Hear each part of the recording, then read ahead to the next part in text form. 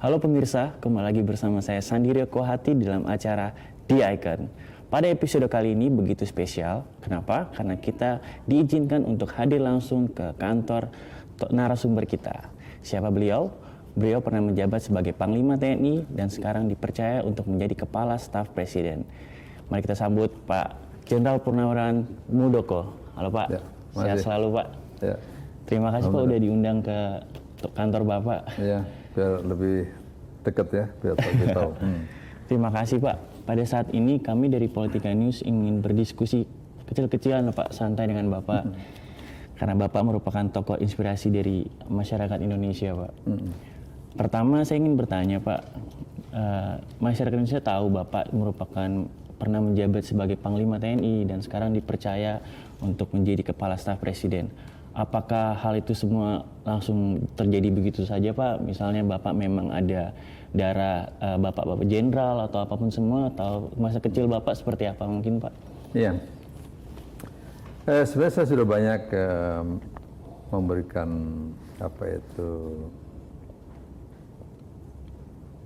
penjelasan tentang masa kecil saya, dan mudah-mudahan ini nggak membosankan ya. Iya Pak. Tapi mungkin juga bagus juga untuk anak-anak kita ya. Tidak mustahil bahwa seseorang yang tadinya hidup dalam sebuah lingkungan yang terpencil, lingkungan yang terbelakang, di tengah-tengah petani yang waktu itu sulit hidupnya, ya. Pada masa-masa kecil saya adalah masa-masa yang cukup sulit ya secara ekonomi ya. Bukan hanya saya Ya, Pak. tapi secara umum masyarakat seperti itu. Kita dulu masih suka antri minyak lah, antri beli ini dan itu dan seterusnya. Di lingkungan saya yang seperti itu ya, dari keluarga saya yang cukup besar, di mana kakak-kakak saya itu yang paling tinggi ya SMP gitu ya. Di kampung saya itu SMA-nya satu-satunya, ada tetangga saya dan yang kedua baru saya ya. Itu padahal udah tahun 73 ya. Iya Pak. Ya, 74 saya SMA. Ada sebuah tekad yang kuat dari saya ya. Saya merasa ini saya harus merubah lingkungan. Gitu ya. Kalau saya hanya terjebak dalam lingkungan yang seperti itu, maka saya pasti tidak bisa merubah diri. Waktu itu dengan segala keterbatasan, waktu itu ada kakak saya yang ada di Jombang ya, sebagai wira swasta begitu, saya mencoba keluar dari lingkungan saya dan saya ikut kakak saya dengan berbagai kesulitan juga ya waktu itu. Akhirnya saya melanjutkan sekolah di SMPP ya, sekolah menengah persiapan pertama waktu itu. Oh gitu ya Pak. Di SMA Jombang ya, SMA 1 menjadi SMA itu. Nah, dari situlah perubahan terjadi ya, perubahan terjadi. Karena kalau saya tidak SMA mungkin berbeda ceritanya. Oke Pak. Nah, saya keluar dari SMA, tapi waktu itu juga bingung ya, mau kerja di mana begitu. Jadi, saya sempat datang ke kantor transmigrasi. Saya sampaikan kepada kepala kantor, Pak, saya mau transmigran, ikut transmigran. Tanya, emangnya kamu bisa bertani? Ya bisa sih kecil-kecilan. Karena waktu kecil saya memang sering diajak orang tua saya ke sawah ya. Biasa itu nanam jagung, nanam kedelai, nyiramin tembakau, itu biasa pekerjaan hari-hari. Itu kepala kantor transmigrasi ketawa itu. Digambarkan bahwa daerah transmigrasi itu seperti ini, kesulitannya begini dan seterusnya. Akhirnya dia memberikan dukungan saya, coba kamu masuk ke waktu itu Akademi Militer ya, Akabri ya waktu itu. Akabri Pak. Akhirnya saya sambil ngisi kekosongan saya kursus ngetik waktu itu ya, bukan komputer ya, ngetik waktu itu. Komputer belum ada lah gitu ya. Ngetik gitu. Ya, sebenarnya sambil ngisi waktu karena bingung mau kemana gitu. Nah, suatu saat ada teman saya SMP ya, mengajak saya masuk Taruna Akabri gitu. Saya nggak ngerti apa itu barang itu, nggak tahu. Tapi waktu saya kecil memang ada seorang taruna yang seragam ya, keren banget seragamnya. Gagah gitu Pak, badan bidang. Iya, pakai Vespa begitu, ngapelin cewek di tetangga saya gitu. Wah, keren banget ini. Ya, saat itulah saya bicara sama ibu saya. Bu, saya pengen kayak mereka, kayak dia. Jawaban ibu saya satu ya. Apa ya kui sotole gitu. Saya ingat waktu itu di dapur ya. Itu maksudnya, apakah ya kamu bisa? Mungkin ibu saya juga menyadari ya lingkungan yang seperti apa waktu itu. Nah, dari situ ya coba-coba begitu. Coba-coba daftar ke Surabaya bersama mereka dengan kelengkapan pas-pasan gitu. Akhirnya singkatnya saya diterima begitu. Justru teman saya yang ngajak nggak diterima. Dari situlah perubahan kedua terjadi.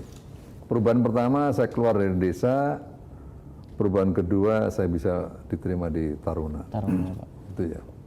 Begitu di Taruna, saya merasa, biasanya kita sarapannya susah kan di kampung kan. Di Taruna serba tertib, semuanya diatur ya. Mungkin teman-teman saya yang dulunya hidupnya mapan gitu ya, di sana merasa tersiksa begitu ya. Tersiksanya mungkin aturannya begitu ketat, salah ya dihukum. Tapi bagi saya kan udah biasa hidup menderita begitu ya. Begitu tertib di Akabri, saya justru menikmati itu. Mungkin orang lain begitu mau sarapan pagi kalau di Akabri kan ya, sarapan pagi mesti nyanyi dulu, apa itu taruh apa senior datang, ada ngiseng, kenal saya enggak, tutup nama label namanya ditutup gitu, ya kan nggak kenal kita, tendangin kanan kiri, kita nikmati aja. Mengalami itu ya proses kayak pelonco ya Pak, secara tidak langsung seperti itu ya Pak. Namanya junior begitulah, walaupun sebenarnya iseng ya. Banyak orang yang tertekan. Alhamdulillah saya nikmati semuanya, itu tantangan itu. Akhirnya saya giat ya di Akabri ya. Dulunya SMA sulit ya menerima pelajaran, sehingga saya di SMA ya pas-pasan aja lah gitu. Nggak ada yang istimewa saya itu. Tapi begitu di Akabri, saya menikmati pelajaran dengan baik. Saya selalu duduk di depan, nggak pernah ngantuk ya. Sehingga saya jagoan di itu ya, di matematik ya. Wah. Iya. Diferensial integral itu dulu sulitnya luar biasa bagi teman-teman saya. Tapi saya sial-sialnya itu 98 tuh nilai saya. Itu terbaik 100 sih. ya. Berikutnya masalah mechanical, itu kimia dan seterusnya, yang tadinya saya sulit, ya karena enjoy ya di sana ya. Iya sih, Pak. Berarti ada perubahan semangat juga ya Pak setelah masuk TNI untuk belajar ya Pak ya? Itu perubahan kedua tadi itu. Iya benar. Perubahan kedua setelah di Akabri saya ada perubahan. Hampir semuanya berubah. Ya, apa perubahan semangat tadi ya. Iya, Pak. Termotivasi tinggi gitu. Mungkin orang lain merasa tersiksa tadi. Saya menikmati. Akhirnya setiap kenaikan tingkat saya selalu dapat juara ya. Saya dapat bintang, di sana ada bintang mental, bintang fisik dan bintang akademik ya. Iya Pak. Fisik saya pas-pasan ya, nggak pas-pasan lah, di atas rata-rata ya. Tapi mental dan akademik selalu nomor satu ya. Sampai dengan selesai. Akhirnya dapat Adi Makayasa. Gitu. Itu perubahan-perubahan dalam kehidupan ya. Saya pikir memberikan keyakinan kepada semuanya bahwa tidak ada yang nggak bisa. Tetapi mimpi itu harus diperjuangkan. cita-cita harus diperjuangkan. Tidak ada orang yang cita-citanya datang begitu saja. Betul, Pak. Nah, cita-cita harus diperjuangkan, mimpi harus diperjuangkan dengan perjuangan yang kuat dan konsisten, ya. Tidak pernah surut dalam menghadapi tantangan. Untuk itulah semboyan saya di setiap saya sekolah itu kan ada membuat buku kenangan gitu ya di tentara itu setiap sekolah ya. Iya, Pak. Nah, moto saya di itu satu aja itu, tantangan merupakan kebutuhan. Jadi, tantangan merupakan kebutuhan, itu ya mungkin itu di antaranya yang saya memang suka tantangan. Jadi pendorong ya, Pak ya. Iya.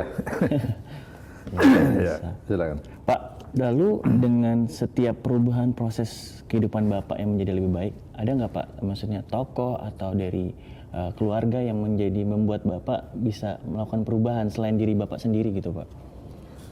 Iya, ada ya waktu itu saya melihat khususnya ayah saya ya. Ayah saya di kampung saya itu bisa dikatakan sebagai tokoh ya. Nggak banyak bicara, berwibawa, tapi tempat orang datang untuk minta solusi gitu ya. Itu mungkin diantaranya ya. Ayah saya dulu itu Jogoboyo ya. Jogoboyo itu perangkat desa ya. Tugasnya itu keamanan gitu. Jadi masalah keamanan itu orang tua saya yang megang di desa itu. Nah, figur ayah saya yang keras begitu ya. Termasuk dengan saya keras. Jadi saya salah ditabok juga sama beliau itu. Keras. Tapi ibu saya yang sangat halus, sangat sayang dengan saya. Itu dua hal yang mewarnai hidup saya itu. Waktu itu belum mengenal tokoh ya, karena di desa ya belum mengenal tokoh-tokoh seperti apa gitu yang mengidolakan. Tapi begitu taruna saya ada tokoh yang saya bisa lihat ya, akhirnya alhamdulillah apa yang saya lihat kepada beliau itu semuanya ada pada saya. Waktu itu beliau jadi Menkoro Taruna, beliau nomor 1, saya bisa ikutin gitu ya. Itu nggak tahu kebetulan atau gimana ya. Jadi seperti itu kira-kira. Jadi beliau memotivasi Bapak. Boleh tahu Pak siapa Pak orangnya Pak? Ada sekarang beliau di ini ya di mana di KONI ya. Mayor Jenderal Suwarno ya. Oh, Suwarno. Itu pertama kali saya taruna, saya lihat kurang ini bisa saya gunakan sebagai patokan. Luar biasa berarti Pak ya. Iya. Berarti ada Pak Muldoko ini punya patokan setelah masuk Taruna ya Pak? Ya, dia sebelum Taruna Bapak. Setelah itu baru mengenal tokoh-tokoh yang besar gitu ya. Gitu. Luar biasa. Dan waktu saya mendidik anak saya membeli buku 100 orang terkenal di dunia. Saya berikan kepada anak saya itu. Baca buku ini. Gitu. Jadi saya mendidik anak saya seperti itu. Biar mereka, oh ternyata tokoh-tokoh besar itu seperti ini. Gitu. Mungkin suatu waktu bisa jadi tokoh juga nanti anak Bapak penerus ya Pak ya. Amin. Amin. Oke. Baik, lanjut ya. Oke, baik Pak. Pertanyaan selanjutnya, selain menjadi kepala kantor staf presiden, Bapak juga ketua umum HKTI Pak.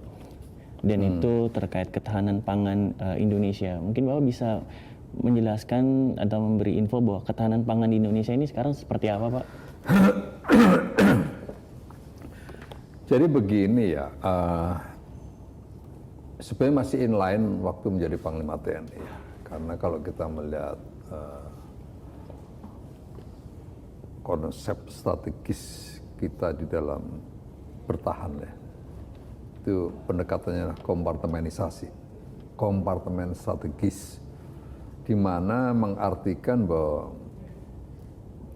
pulau-pulau besar itu harus bisa bertahan apabila terjadi serangan gitu.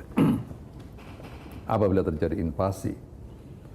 Kalau dia bisa bertahan, maka pulau-pulau besar itu harus mandiri di bidang logistik. Gitu. Kalau dia tidak mandiri di bidang logistik, maka dia tidak akan mampu melakukan perang berlarut.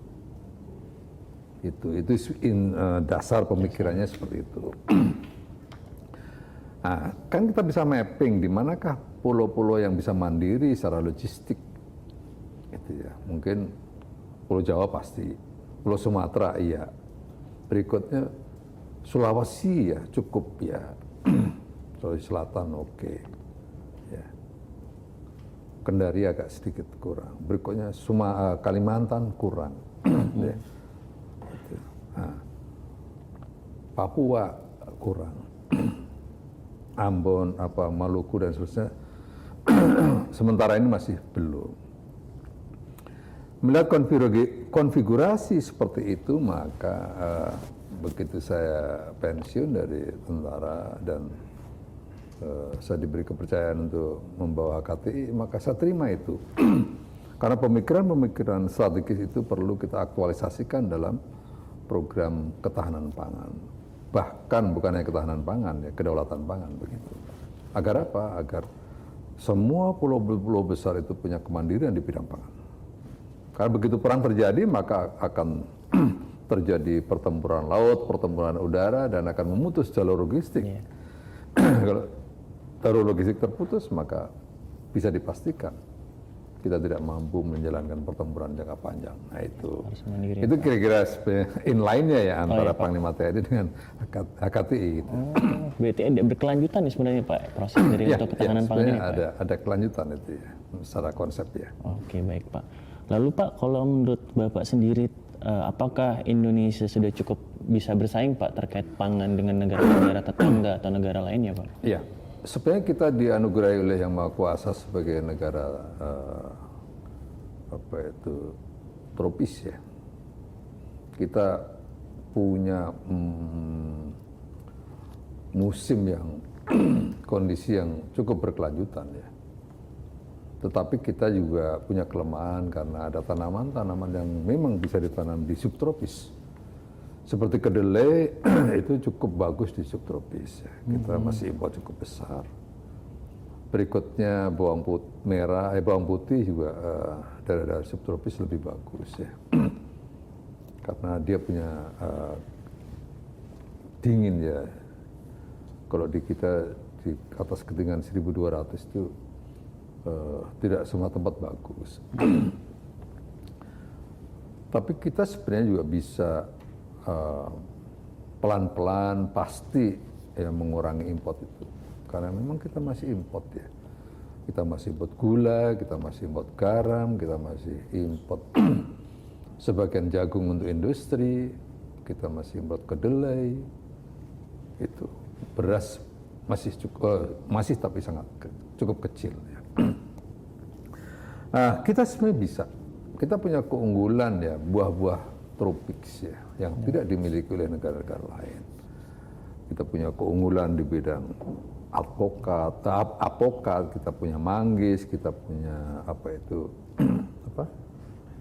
durian durian ya, kita punya buah naga yang cukup populer di luar. Nah, beberapa yang lain punya keunggulan di dunia internasional. Tapi persoalannya kenapa sih sulit banget kita itu? Sulit sekali menuju ke sana. Menurut saya sih konsistensi ya.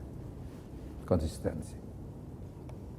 Ini kalau kita dikawal dengan bagus, menyiapkan petani yang handal, teknologi yang tersiapkan dengan baik, pengawalan yang bagus, lahan yang terpilih, saya bisa ya.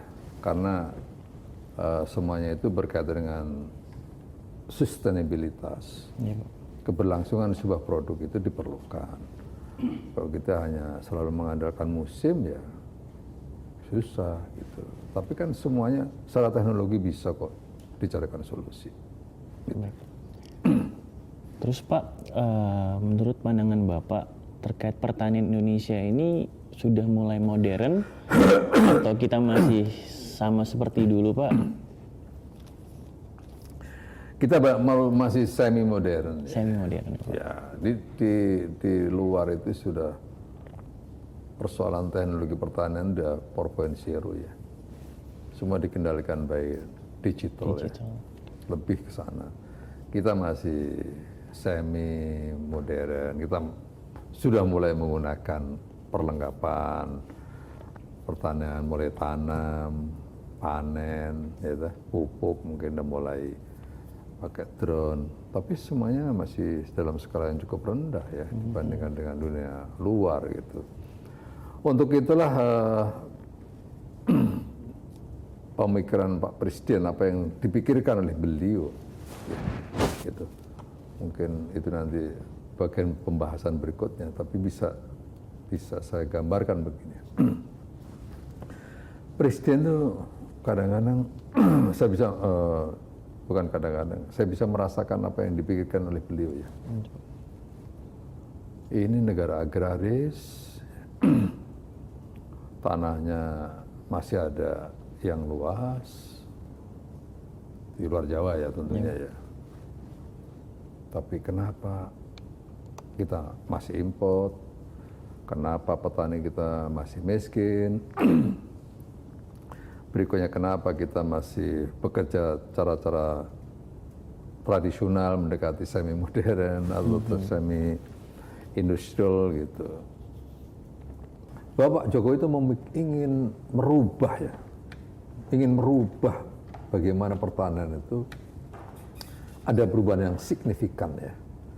Tadi itu pendekatan teknologi, pendekatan mekanisasi yang modern, pendekatan petani yang tidak lagi dilakukan secara manual begitu ya.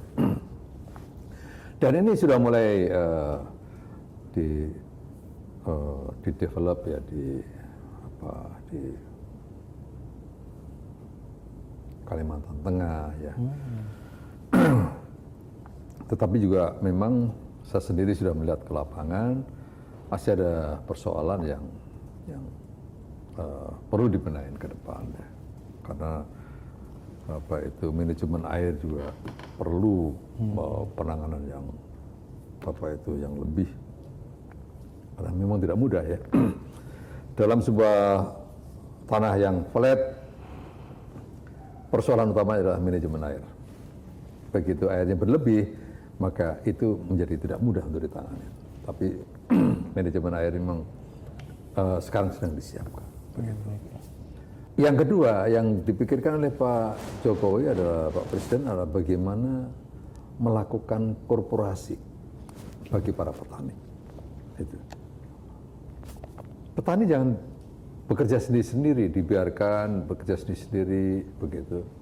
Tapi petani-petani itu karena rata-rata keluasan pertanian kita sekarang kan cukup sempit ya. Cukup sempit ya. Kalau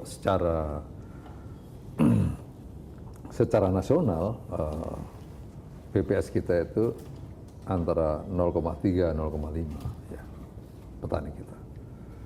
Nah, dengan korporasi pertanian maka diharapkan para petani itu berhimpun ya, membuat satu korporasi. Berikutnya bagaimana itu ditata mulai dari ketersiapan benih, ketersiapan pupuk, pendampingan teknologinya, berikutnya manajemennya tertata dengan bagus, produknya nanti ada off takernya yang jelas di situ. Anggaplah kalau itu padi ada rice mill unitnya, berikutnya processing sampai dengan punya brand merek hasil dari korporasi itu. Pak. Sehingga harapannya adalah petani itu tidak saja menjual gabahnya, tetapi petani bisa menjual berasnya sehingga ada added value yang ada di dalamnya. Itu dari sisi produk padi, anggaplah kira-kira seperti itu. Nah, itu korporasi yang diinginkan oleh Pak Jokowi seperti itu. Jadi pikirannya ada, bayangannya adalah bagaimana membangun sebuah pertanian Indonesia yang modern ya. Berikutnya, bagi para petani yang kecil, bagaimana dikorporasikan sehingga punya added value yang Bagus. Itu kira-kira dalam Baik, pemikiran Pak Presiden Jokowi ya. Berarti bisa saya simpulkan bahwa Indonesia ini sedang menuju dari semi modern menjadi modern ya Pak, dari segi pertanian ya Pak ya? Ya harapannya begitu ya, tapi sekali lagi menuju ke sana itu tidak mudah, sebuah effort yang sangat kuat, sebuah konsistensi yang sangat kuat, sebuah pemikiran sustainable yang terkawal ya. Karena sustainable kalau nggak terkawal ya kadang-kadang musim-musiman naik turun. Nah, sustainable ini sangat penting ya. Gitu. Baik Pak, kelanjutan. Baik Pak, kita sudah masuk ke pertanyaan terakhir nih Pak. Mungkin Bapak bisa memberikan tips and trick, pesan kepada pemirsa, penonton, bagaimana seseorang yang tadinya mungkin dari kampung hanya bercocok tanam, sawah, memiliki mimpi, sehingga terus berjuang menggapai semua itu, Bapak bisa sampaikan bahwa kepada pemirsa Pak? Ya, para pemirsa sekalian, dalam melihat situasi dan kondisi Indonesia saat ini, ya, saya ingin tegaskan bahwa siapapun bisa menjadi apapun dan kapanpun, dimanapun, jangan salah itu. Untuk itu, ya, Anda semuanya jangan cemas, jangan skeptis melihat masa depan. Yang lebih penting lagi adalah bagaimana pendampingan terhadap anak-anak kita. Berikan mereka pendampingan yang baik, berikan dia motivasi yang sehat, dan kawal mereka. Pasti jadi. Pasti jadi, ya, dan pasti jadi. Jangan ragu-ragu. Saya sudah membuktikan untuk itu. Kenapa? Mimpi, keinginan, atau cita-cita harus diperjuangkan. Tanpa perjuangan tidak bisa itu. Dan saya yakin Anda bisa. Terima kasih. Terima kasih Pak Muldoko. Baik pemirsa, itulah kisah-kisah dari narasumber kita bahwa mimpi itu bisa terjadi selama kita mau berusaha. Oke, cukup sekian episode di Icon kali ini. Sampai berjumpa di episode selanjutnya. Terima kasih.